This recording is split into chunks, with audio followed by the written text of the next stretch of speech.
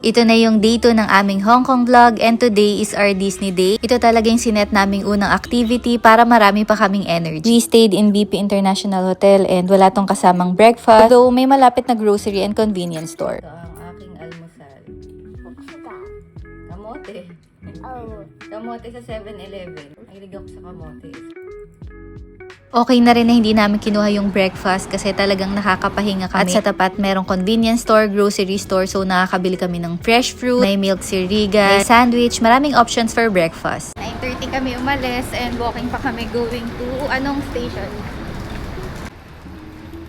Ito ang ganda, puro ramp yung yung daanan. Malamig yung panahon ngayon, no?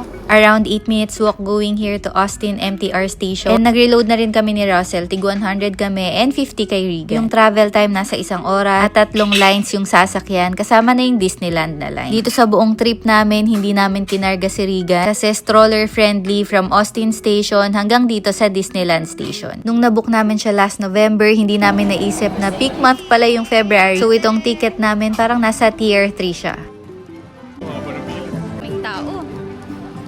10:30 na tayo, no? 10:30 tayo nakarating. Halos 1 hour nga rin talaga.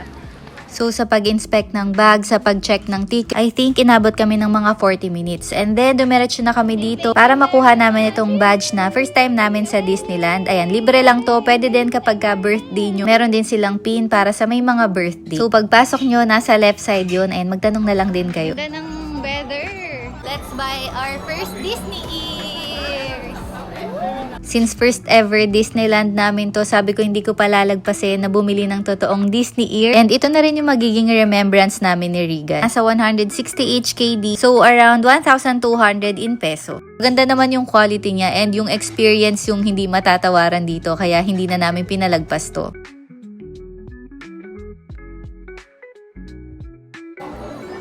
Like yung black?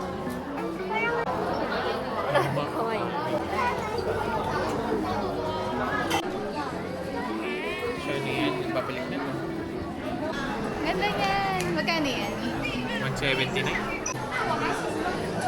Gonna buy this. It's 59. We paid via GCash card. Parang halos lahat ng nabilihan namin na puntahan namin dito sa Hong Kong, nag-a-accept na rin ng card payment. Almost lunchtime na rin kami dumating, kaya onting lakad, ikot, konting pitch, and then nag-lunch na rin kami. By the way, sa mga magtatanong, yes, pwede ang tripod dito sa Disneyland.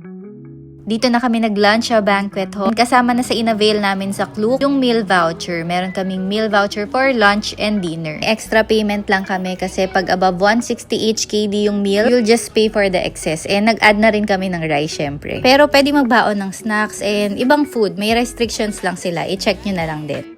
Hi, love. Si Gani. Gan!